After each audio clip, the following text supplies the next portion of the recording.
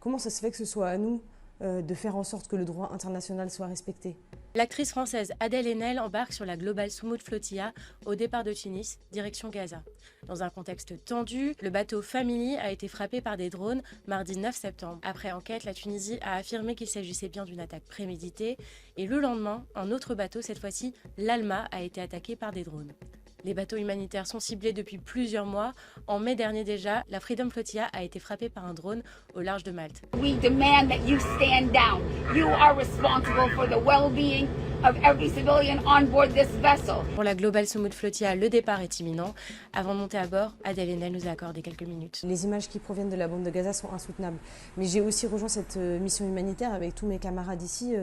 C'est pas qu'on veut jouer les héros en fait, mais c'est juste comment ça se fait qu'il y ait ce niveau de passivité au niveau des gouvernements. Comment ça se fait que ce soit sur les épaules de simples citoyens qui sont sur des bateaux de briques et de broc. Comment ça se fait que ce soit à nous de faire en sorte que le droit international soit respecté.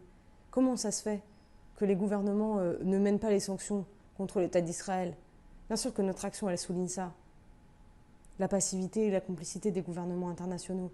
Donc nous, ce qu'on essaye de faire, c'est d'ouvrir un corridor humanitaire avec la bande de Gaza. En fait, on essaye juste de faire respecter le droit international. Et notre mouvement, il est totalement pacifiste, complètement non violent, et il respecte le droit international.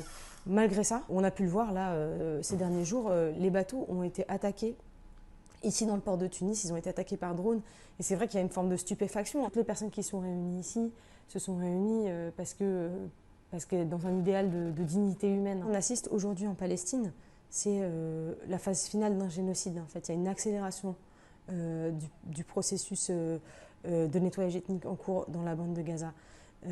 Face à ça, en fait, il y a une passivité totale des gouvernements, enfin très très lente réaction des gouvernements, et surtout qui vont mobiliser aucun moyen concret pour faire pression sur l'État d'Israël afin que cessent en fait ces atrocités et ces crimes contre l'humanité qui sont menés. Si on se retrouve à être intercepté, comme ont été les autres flottilles, c'est un acte de piraterie en fait.